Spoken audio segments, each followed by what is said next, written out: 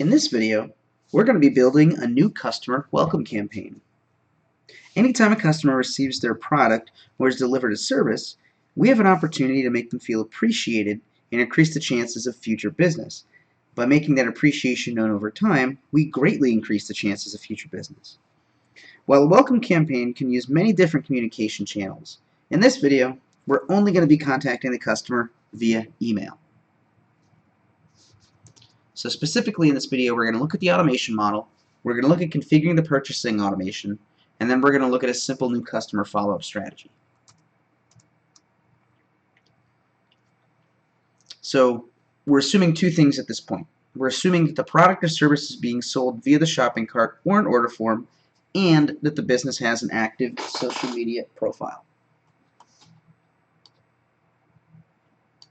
So the model itself is pretty straightforward. We're going to grab a purchase goal and then a sequence.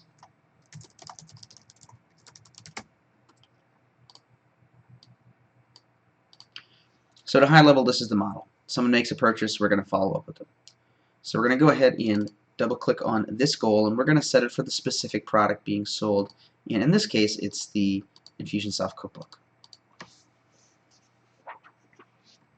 So once we've saved that and this goal is configured, we're now going to go into the sequence and build out our structure here.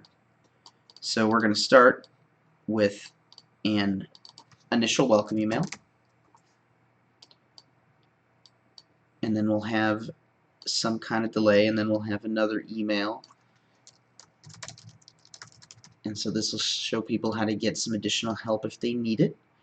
And then we'll end this as a 3-email nurture. Of course, we can expand this to whatever we want, but we want to keep this nice and simple. And this last one, I'll be trying to have them follow us on Facebook here. So we're going to go ahead and double click into this first email. And to save time, as we've done in some previous videos, I'm just going to go ahead and pause it while I put the content in here, and I'll be back when it is put in. So see you in a second. Okay, so this email goes out immediately, and so it's a nice thank you email. So thank you, basically acknowledging their purchase. In this specific example, they should have already downloaded it, so kind of addressing that, and just letting them know what to do next. Hey, best course of action is to go ahead and do this. So this email is ready. And then we're going to go ahead and configure this next one to wait a week. So we're going to say wait 7 days, and then go ahead and run on any day at 8 a.m. in the contact's time zone. So this is a full week after they've made their purchase, and based on the product being sold, we feel that this might be a good time to follow up and offer, hey, here's how you might be able to get some help.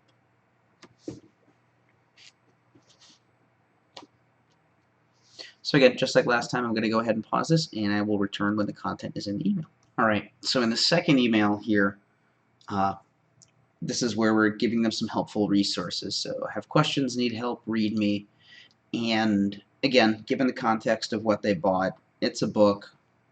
Hey, maybe here's where you're at after a week. Want to let you know we have help. Now in this case, there's no links in this email because there's no resources to point to, but this might be a great example, this might be a great opportunity to put some links into a resource. So if you have a quick start guide or a tutorial video or something where people might get stuck in using your product or service or offering, this is a great opportunity to kind of provide that for them. So in this case, if someone's stuck, we just want them to reply, nice and simple. We can mark this email as ready.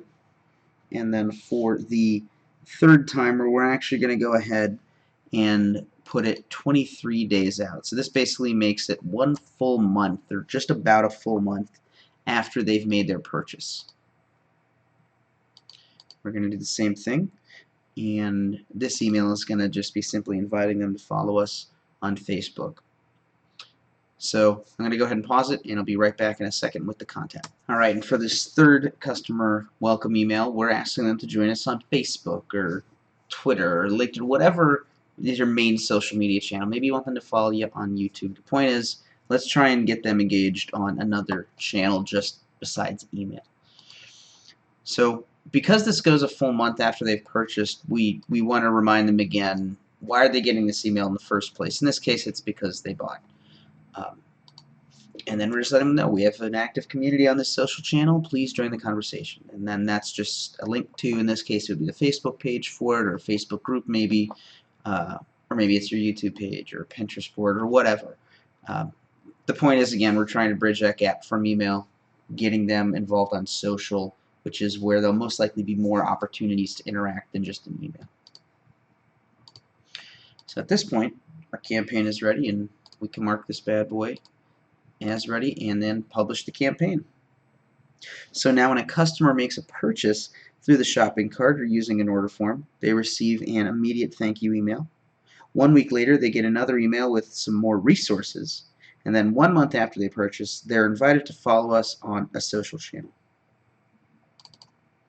So don't forget to add any tag steps or switch out the customer's tags. For example, we may want to remove specific prospect tags and apply some customer tags. Also make sure that you're including any necessary fulfillment information in the initial welcome email or fulfillment tasks in the sequence. For example, if there's a physical product being shipped, we may want to include some expectations in this welcome email around the estimated delivery times. Now, depending on the specific business, we may want to communicate at different frequencies than what we've set up in this video.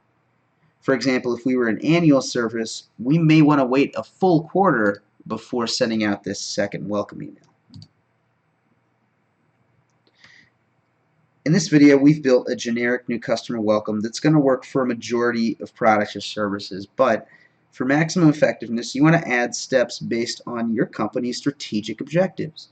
For example, a business that relies heavily on repeat purchases could have a welcome that lasts a year and provides a special offer or discount for another purchase. Or, if a business relies heavily on word-of-mouth referrals, we might introduce a social invitation much earlier. Lastly, if your business is not using a shopping cart or order forms, we can trigger this campaign manually with a note template. So instead of starting with a purchase goal, this could start as a note. Also, if you're using a third-party shopping cart and the API, you could use an API goal as well.